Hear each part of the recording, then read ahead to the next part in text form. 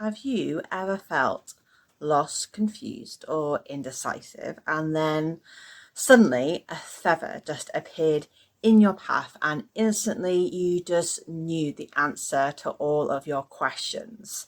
Or maybe friends and family keep buying you animal themed things, and you're wondering, why do I have like 10 pairs of frog knickers or owl cushions? And you want to understand, why is this animal turned up in my life? Or perhaps an animal has appeared to you in a dream and you're wondering, what does this symbolize? What does this mean? How can this help me with my current challenge or obstacle? This is why I have created the YouTube series Animal with myself and guests. It's going to offer you insight into what is the magic, the myth, the medicine of the animal kingdom. What does it mean to have a spirit guide that is a particular animal, and how can they support you in your life's journey, in your healing, and in your connection to self?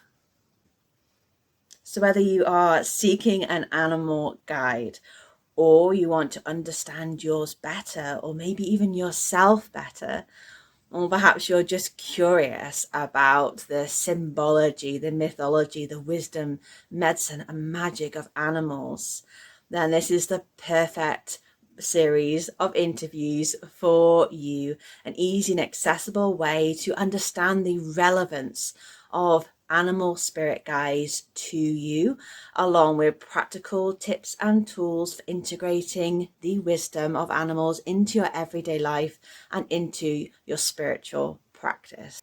Now let us fly, gallop, and dive into this episode and the support and inspiration that will empower you. Hey, so welcome back to Animal. And in this episode, I have with me Angel. I'm just going to introduce her, and then we're going to go into her episode and all of the goodies that she has for us. So Angel Morgan is a globally known animal communicator who worked with animals of every species for almost 30 years. This is her passion, her love, and her life.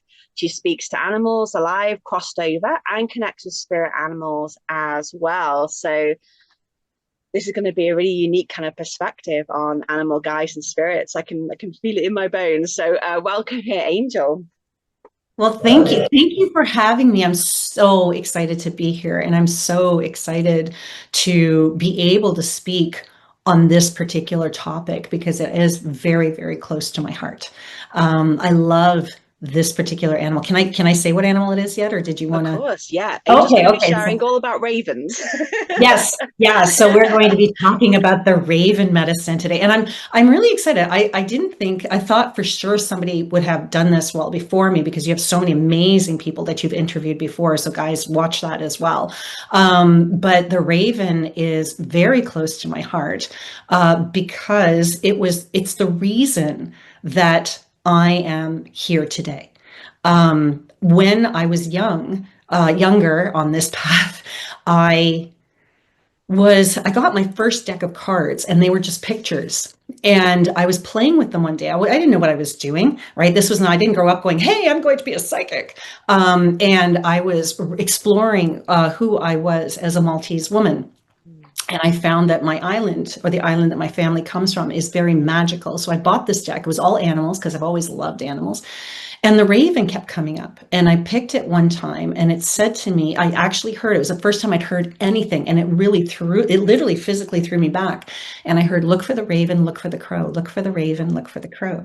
And so I took that, and weeks later, I found this little store and I walked in and looked up, and there was this raven who was sitting on top of the shelving unit. And it was a little store called the Hedge Witch. And I don't have Hermes in the room right now. I have another little raven here, but he ended up being gifted to me years later. So the raven was the one that actually drew me to the store that then became my home for 9.5 years where I grew. Right. So the raven has always been a spirit animal that's been very, very, very close to my heart. Mm. Wonderful. Thank you for that introduction. And we were just saying before about how there's never any coincidences. Like No. things are definitely destined, and these little breadcrumbs are left for us throughout our lives. And if you ever feel drawn to somewhere or pulled to somewhere, just trust that. That the story you just shared is a true kind of emphasis. You trust your intuition and your instincts, Right? definitely. That's right. Even if you're not, consciously on this path and choosing to be a witch or a psychic or a communicator, trusting those nigglings, trusting those instincts, that gut feeling is so important in our everyday lives. I agree with you 100%. Definitely. Wonderful. So let's get into the magic and the medicine of ravens. So, what do ravens symbolize? Like, what is their energy? Why would you want to connect to raven? I'd love to know why, kind of, and what they can help us to embody. So the raven for me is a liminal creature. It's one of the only creatures that is the messenger between the two worlds. So the raven is able to go to Hades, to the underworld, and also up to the ear of the gods. And one of the things that I always tell people is if you want to walk both worlds, then call on the Raven clan. One of the things that I've noticed too, as a psychic, because I also work with humans, is that because the raven is one who symbolizes the dead in many mythologies, right? It symbolizes death, it symbolizes all of these things. That when I am reading someone and I see the raven, the eye will get really big and then it'll get small again, and I'll realize, hey, that person is a seer. It's actually one of the symbols in my psychic dictionary that tells me that these people can see. So the raven is the seer between the worlds. If you ever do psychic work, a little purple candle, light the candle, right? Call on Raven Clan. Or my favorite thing to do is I will light my purple candle or my black candle and I will call on Hecate. Or Hecate, depending on how you want to pronounce that. Um, the raven is one of her symbols, along with the snake and the dog. And what I love about that is if you call on the queen of the witches, the queen of the psychics, the queen of the seers, the raven always comes along with her. Okay. So these are a few ways that you can work with the raven because again, because it can walk the two worlds, and that's what it symbolizes. Um, you can actually work with that when you are doing any type of psychic or energetic work. And that's one of my jobs is not just to talk about the symbology, but how do you use that practically? Like it's great to have the knowledge, but what can you do with it? So this is why I'll get a little black candle, right? You can either write Raven Clan on it or you can write Hecate on it. And you can call that in by lighting it and just saying, I call in the ravens. I call them ravens. And what's really cool is if you have a raven feather, I was lucky enough to be gifted one in the cemeteries of New Orleans. A raven dropped a feather in front of me and I brought it home. What you can do is if you have a raven feather, place that in front of the candle to enhance that candle, right? To make that work stronger so that it'll help you to have that third eye open more clearly. And one of the things I keep getting pushed to talk about too is the raven will also call in the different gods if you want that can help you. So let's say you're a writer or a creative. Here's something most people don't know and a very unique take on the raven. Odin is the god or one of the gods of inspiration and writing. And he actually walks with two ravens and two wolves. And we're going to talk about the ravens. The two ravens are Hunin and Munin. And if you look back here on my shelf, you'll see Odin right here. And you'll see the raven's wing right beside him. I never do this well with my hand. I can't do the whole backwards thing. So you'll see the raven's wing also back here to honor those two ravens. So for me, honoring the symbols is very, very important and offering to those energies or gods or whatever you want to call them or however you work with them is also extremely important. So Hunin and Munin are thought and memory, right? So thought is the physical part of who we are. Memory is that spiritual part of who we are, the memories that we carry in our genetic system, carry in our souls, whereas thoughts are the things we have every day, right? So it's that symbolization, the symbolism of the two worlds and walking those both worlds. Oh, I love that. I was getting chills as you were as you were sharing that. Well, And just so it's you know, I called in Raven Clan before I got here. So anything I say, I'm not this eloquent. It's definitely the Ravens. So yeah, you can feel that. They have a really powerful energy, and I think Mhm. that they they do hold that kind of that power that can be quite intimidating, I think. Like in my own Welsh kind of culture, the raven is connected to Branwen, and it's kind of a symbol of sorrow Right. as well, and grief, and which is connected to this death idea. And I think that death itself is such a powerful portal, isn't it? It can be intimidating for people and bring up fear. So do you think that Raven can help people with that? Absolutely. And it's interesting that you're saying that because for me, death is a beautiful thing, right? It's not a fearful thing. And when we see the ravens, thank you, Hollywood. We have that sense of when you see a raven, there's something horrible about to happen. Like a perfect example of that is a television show From, right? You see the ravens on the tree. I don't know if you know the TV show, but it's if you see those ravens on this tree, you know something bad is coming. And we see this everywhere. Edgar Allan Poe, right? So because of media and entertainment, they've been kind of given that bad rap, um, and mythology itself. But the reality is to really understand death is to understand the raven. I've had my experiences with death, and what I know is they have a warmth and a beauty about them. And when I encountered death myself, afterwards, I really did take note of the ravens, and I took note of their energies. And it's a really beautiful thing when you see them move. You're seeing this dance. And that's what death is. Dance is a transformation, right? And if we watch the raven, if we watch the different ways that they move and who they are and really understand them, I know it sounds crazy, but you will understand what transformation is. You will understand that dance of life, right? And remember, too, that where there's death, there is life. And the raven, because it's liminal, also represents that. It also represents transformation, right? Death is transformative. So when we understand death, we are understanding the raven better. When we understand the raven, we understand death better, right? When we look at the butterfly, we see butterfly as transformation, but that too represents death. But because it's so beautiful and colorful, it gives us a different feel. Yes. Whereas the raven is all about the night, the seductiveness of the night, the drawing in of the night. But again, because we have been conditioned to believe the night can be scary, that's where we make that correlation. Mm, yeah, beautiful. And I think this can be a really powerful thing for us now with, the current climate in this planet where we are seeing so much suffering and so much sorrow and so much grief. And we're kind of thinking, gosh, how much can we and the world take? But actually, perhaps they can help us to find the beauty and find the gifts and the Well, gems in that. I was actually just going to say again, when we have those sorrows, when we have those fears around death and what's happening in the world, sit quietly, call on the ravens.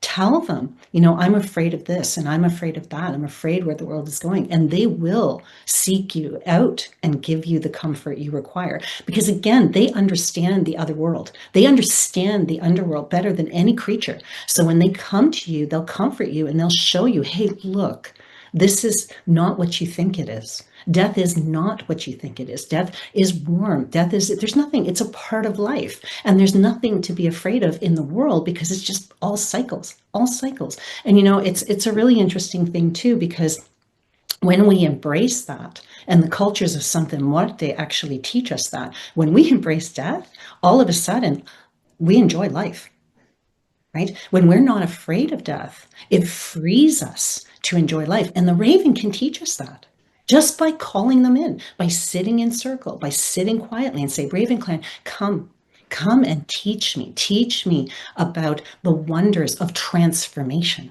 the wonders of death. Because every day we go to sleep, that's death. We wake up, that's life, right? And if we call on them, they will come. They will teach us. They'll soothe us. They'll comfort us. They'll show us the different ways and different paths to see different things. Again, they're seers. right? Seers isn't just about psychic work. It's about the deep knowledges they carry and they allow us to see in different perspectives. Yeah. Mm. I hope that makes sense. It does, definitely. Yeah. And it's really, really resonating. And yeah, no, it's wonderful. And as you're saying, kind of as you're talking, and these things are coming forth. That's why I was pausing then, because I was just thinking about how you were talking about Odin, and then I call her Kate, but we can call them whatever we want.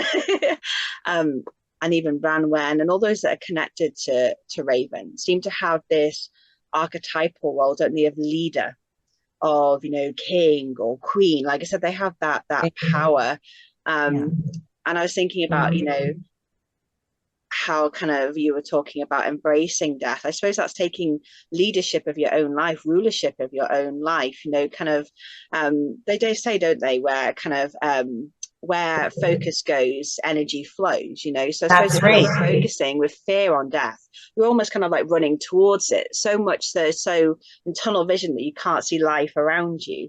That's right. And acting and coming into that power role of the Raven, and these kind of like sovereign kind of archetypes, I suppose, are about stepping with a courageous open heart, aren't they, and looking out to the sides, not just that tunnel vision to death, but Well, opening that's why we heart. see the raven. We see the raven this way as well, because like a lot of images of the raven with the crown on his head. And if we look at the feathers, right, we have those royal purples in them and the greens in them as well. And that's, I'm sorry, but there's no mistakes. When the gods create these creatures, create us, they always give us the things we need to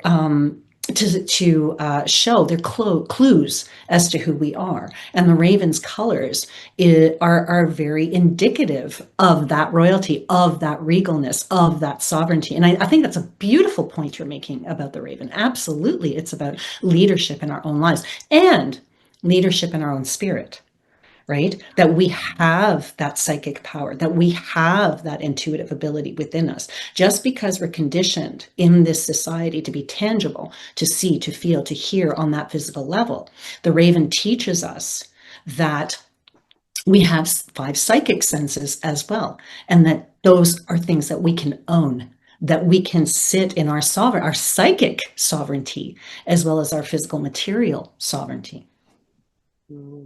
Wow, yeah. Mm. Yeah, no, really powerful. If this is resonating for anyone that's reading this, watching this, then please do just comment below, if any of this is landing, or you want to kind of allow anything to be elaborated on, because this is, I'm getting chills, so I'm sure the rest of you are. Yeah, I'm really enjoying this. Is a very unique conversation for me too. So thank you. This is enlightening even for me.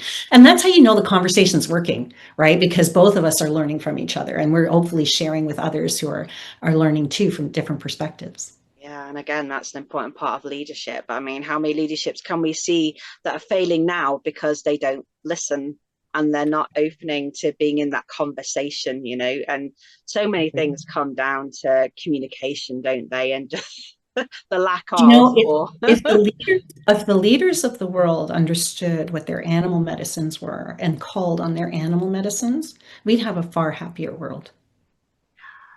We yeah, I really, mean, we can you look know. at the example, I suppose, in America, especially of the Native Americans, can't you? Of their example of leadership, and Yes. we kind of have that here in Wales with kind of the Druids, and they're kind of the leaders were also the spiritual leaders. They were intimately connected with their own tuition, their own instincts. That they knew about they communicated with the divine. They were seen as a vessel of the divine, or the above That's and right. below, And there like was you a say. time, but it's also there was a time when the medicine people of the tribes were the government, were the leaders, Yeah, were the ones who everyone went to. The chief a lot of times was that spiritual leader as well, right? And we see that in your culture as well as mine. And your culture is so cool. It's so riddled with all these beautiful folklores of the raven. And I think your culture, the Welsh culture, has some of my favorite art.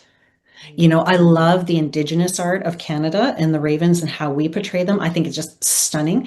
But I love the Welsh as well. I think it's just such beautiful, beautiful rendition of that energy. I really do. yeah. I think we're quite connected, aren't we, with the mountains and the forest regions? Obviously, you're a lot bigger, you know. But Good ski stuff. Good ski stuff. it's not about the size, is what you do with it. So, uh, moving forward, although maybe it's a cycle of the season, coming back round to what you were sharing at the beginning about kind of your own experiences, you know, you shared a bit like how you first connected Yes. to Raven. So is Raven kind of like your primary guide or your soul guide, or how does it Well, work for you? oddly enough, my partner, it just happened that way. It wasn't something that I had intended. My partner is Raven spirit animal. So one of the things that I understand is that when we need certain medicines, we draw them to us, right? When we're on a certain vibration. My vibration is magic and intuition because as much as I'm a psychic, I'm also a witch. And so, and again, you know, Hecate is very much my goddess. So I found it interesting that he is very much a raven, and that he has that ability to see between worlds. And I'm sorry, I've forgotten the question now. Oh, it was Can you? just, it was good, just really about your experiences. Like, when did you meet them? Are they your soul guide? Oh, yes. Okay. So yeah. So I meet them in my life. I've always had ravens in my life, but now they're personifying themselves, like I said, through my partner, through the work that I through the goddess that really surrounds me. Um, So yeah, I think for me, the raven is my magical guide, right? I think for me in my home, that's the animal that really guides me along my spiritual path. My medicine, my spirit animal is the snake. And I love working with the snake because again, a liminal animal. Everything about me is liminal. I'm very much I'm a Gemini, so I'm always of the two worlds. But Odin, you know, he speaks to me very sweetly too because he also is my son's guide, my son's guardian, and he's really played a huge part in his life. So again, there's the raven. And I find that whenever my son has gotten into situations, as any child will, into those moments of crisis, it's almost like the raven comes to me and says, "Hey, listen up, something's going on." Right. And my intuition will kick in. So, yeah, you know what? I think on my spiritual path, the raven is very much my guide and my totem. Very much so. And I've had many unique experiences with them. Like I said, I was in Lafayette Cemetery in New Orleans, and I remember looking around and going, I need something. I want to take something home with me. I don't want to lose this feeling. I don't want to lose this experience. And I heard a raven's call, and I looked up in one of the trees, and he had just dropped a feather. And I'm like, wow. So it's also the symbol of my second home. And New Orleans, although I haven't been there often, New Orleans is definitely a second home to me. So having that raven's feather, which symbolizes that, is really important. I've also had some experiences where I remember meeting this one woman who actually had a raven as a pet. And she owned this little in home store. And I remember walking in, and it was very early in my career. And I looked at this raven, and I wasn't a communicator at the time. And we were all communicators always, but I wasn't consciously a communicator. And I remember it looked at me and it said, "I know you. I know you." And for 3 days after that, I dreamt of this raven and he and I chatted. And it was really an amazing experience. So ravens have always been there, even as a child. I remember, and again, I know this kind of um, feeds into the conditioning that we've been taught. But yeah, you know what? I am very good at kind of seeing if someone's going to cross over at least a few days before they do. And each time that that's happened to me, I have seen a raven. Right. So for me, when I do look at Raven, I do see the transformations that are about to happen. So they lead me into so many different directions. Like I said, to begin with, they were the ones to show me that this was my path, right? They help me in so many different ways in understanding transformation and death. And many animals represent or totems for that crossing over and that death transformation. but each one has a different vibration. Right? This one is very solely the underworld, where the owl has that wisdom about it and sits on the tree, right? The butterfly is of the air, so to speak. So for me, there are different vibrations that also go. And I think this is one of the reasons poor Raven gets a bad rap. Because if you really think about it, look at it, it's a murder of crows. And I know they're different, but when you look at a crow, you also think Raven. Right. And the difference, just so you know, if there are those out there who have always been wondering, a raven is much larger. A raven's beak is a little more hooked, and the crow is smaller and it's black, whereas the raven has purples and blues and greens in it. Yeah, thank you for clarifying that. It'd be very helpful for some people. I think like kind of blackbirds in general all get kind of thrown in together, don't they? But they all have their unique kind of medicine that they share with us. Yeah. And I love that you shared about kind of that connection between your whole family as well, because I don't know if you do with your clients, but with my clients, I often find that there is almost like this family blueprint. That there are these animals that are particularly not just supporting us as an individual, but our family unit as well, and they can be Yes, ones that we absolutely. share, and I love that. Yeah. Family totems. So you have your own totem, right? You have your work totem. You have your family totem. It's almost like a family crest, right? It's like a family crest. I was very ingrained in a family that had a hawk medicine, and that was really cool. And you can feel, that's the other thing too. As an animal communicator, I can feel the medicine of the animal in the family. It's one of my gifts to be able to look at someone and say, this is your spirit animal. This is your spirit, this is your power animal. So to look at a family and go, oh my God, this is an owl family, or this is an eagle family, or that's a great privilege for me, right? And for me, like I said, the raven is just, I've not met yet a raven family, but if I did, that would be like, oh my God, that is so cool. And if you look at the land too, even the land itself has an animal spirit that will protect and guard it. Last year at Conjure Camp, you and I had been talking about WitchCon. Witch Doctor Utu is a very dear friend of mine, and he runs something called Conjure Camp here in Canada. And last year, I had a very profound experience with bear medicine.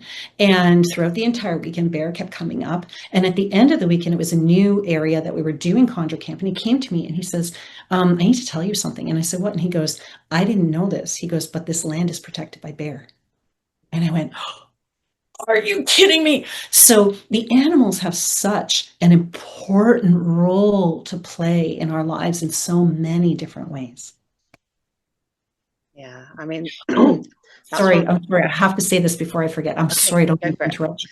Also, one of the other ways you can work with Raven is if you want to send messages, right? So as much as they're there to help you and to bring messages in for other people, you for yourself can ask the ravens to go to the gods, to go to the underworld, to go anywhere. They're the only ones who can actually travel both worlds effortlessly, right? So there is a beautiful ceremony or spell, whatever you want to call it, called message in a bottle. And you take a little bottle and you write whatever it is that you want. And then you put it in the bottle, write down the word raven in a circle.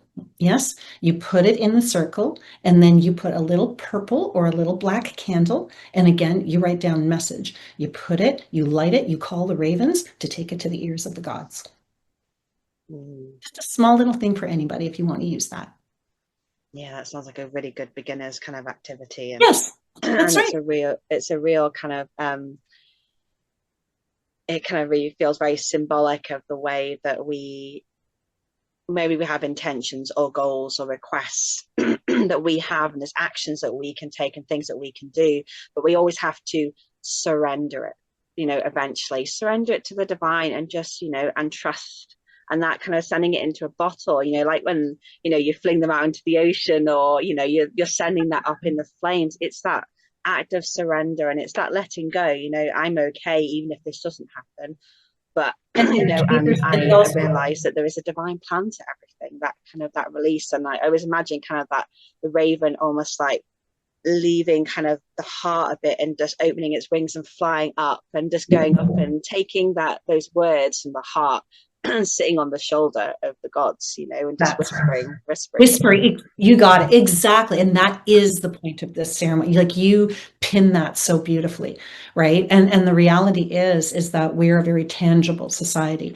Although we don't need these things, you could do the same ceremony in a meditation, right? It's nice to have that physical representation of everything. And like you said, release it to the gods, like the raven opening its wings and sitting on the shoulder with that little whisper. Yeah, lovely. Have to have a go at that now.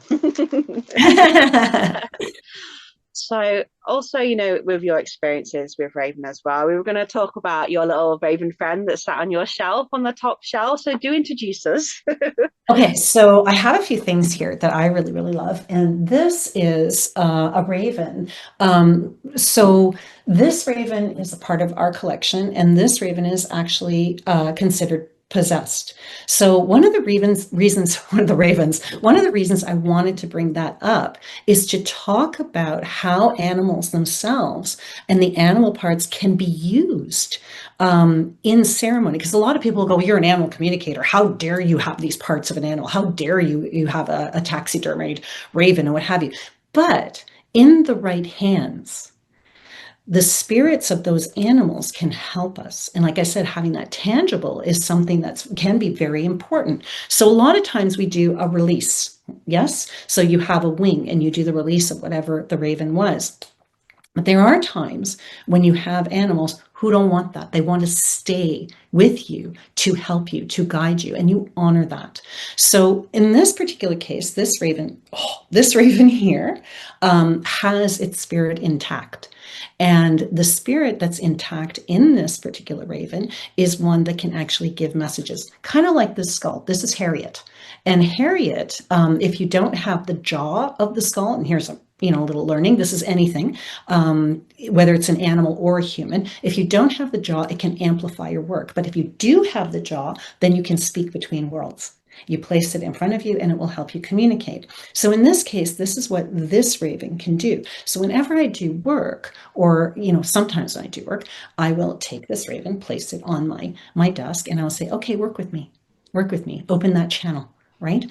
And this raven loves the work that it does. We have many different skulls in our home. In our home, we have a great big giraffe, and we have a zebra, and we have, because we are collectors, and each one of them has come to us for a purpose, and each one has been asked, do you want to be released? Do you want to be released? Do you want to work with me? Right? The raven wing behind me was a gift, and that particular one helps people to cross over. That's for transition work. So I will have people who will ask me to come to their bedside before they transition, and we'll do ceremony with the raven's wing. Right? We'll help them to transition and give them that comfort. And you see people relax and release. Now, whether it's a placebo effect or whether it's not, that to me is irrelevant. And people will say that, well, of course, if they think it's going to work, it's going to work. Okay. I'm okay with that too. I respect that, because the reality is whatever your spirit needs, that wing has now given you, right? It doesn't have to be, oh my God, this frou-frou, we did a big ceremony, so now if that's not what it is, and it just puts you at peace, that's enough. The ceremony's done its work, right? So the raven is also one that helps to cleanse and clear. Now, people don't know that, because the reality is with raven medicine, because we're transforming, we're releasing, correct? Right? We're releasing the corporeal body to allow the spirit to be free. So in essence, the raven can also help to do cleansing and releases. Okay. I like to work with that with obsidian. So I work with those two together. So if I work with my wing, I also work with a bracelet, just for release and getting rid of stuff. Okay. So that's what those two. And what I really like too is every time I look at this piece, it just reminds me of the paranormal world, right? Because in the paranormal world, because I'm also a paranormal investigator, The raven is one that I work with a lot. So if I'm on investigations, because I'm an animal communicator, I'm very hyper aware of the animals that are ghosting the house, or that are spirits in the home itself, in a haunted home. If we need assistance, I will call on the ravens. I will call on those on the other side, whatever animal is necessary to help us on an investigation. And 9 times out of 10, 8 times out of 10, it's going to be the raven who shows up.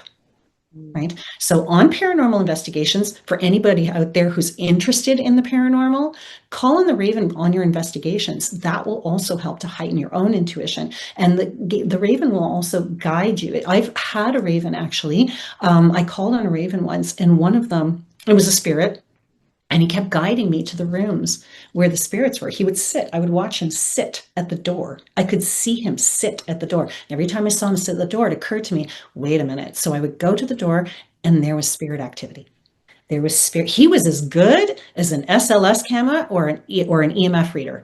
I am telling you. So animals can assist you on locations and in investigations. For whatever reason, every time I look at him, I always think of the paranormal world. It's not amazing that not only do animals offer us their companionship and their love when they're alive, but even in death and spirit, they also have the same compassion, and they Right? gift themselves in that way, even down to gifting their bodies. I mean, like, Yes. how loved are we? That just, I mean, it always brings So tears to my eyes. heartwarming. I just think how unconditional the love of the animal kingdom is that they just give and give and give and give. And sometimes we can feel a little bit undeserving, but that we have to remember it's about collaboration and relationship. So we also give back, and we need to make sure we give back because of the amount we're receiving from them. And giving back sometimes is just a matter of saying thank you. Every morning I honor my pieces, my animal friends. Like, this is my otter. And every morning he reminds me to have joy in my life. So I come over and I'm like, good morning, good morning. And I'm Gemini, I'm a little kid, right? So, the giraffe downstairs, I'll always, good morning, Ella, how are you? And I'm always acknowledging them. And if it makes me look crazy, even better. I accept and I embrace my crazy. I embrace my freak. So I enjoy that part of it. They're giving to me. The least I can give is my love. Yeah, and by like embodying the joy of the otter, you're honoring them by embodying that, and what they had in their life and what they gave to you, aren't you? I agree with that. If you ever have the opportunity to hold a raven's feather or a raven's wing or anything raven, just hold it. Like, you can feel the vibration of the two worlds, right? And it's not something that you have to do. Like, it's when you close your eyes and do nothing but just feel it, it literally transports you to a different world. It's a phenomenal experience. And here's another thing for people to know. You don't have to physically have an item, right? Because the South Americans believe everything has a spirit. This desk has a spirit. This computer has a spirit. Everything behind me has a spirit. So if you close your eyes and you call in a raven or ask the ravens to give you something, they'll give you something in your hands, and just hold it. Work with it in your journey.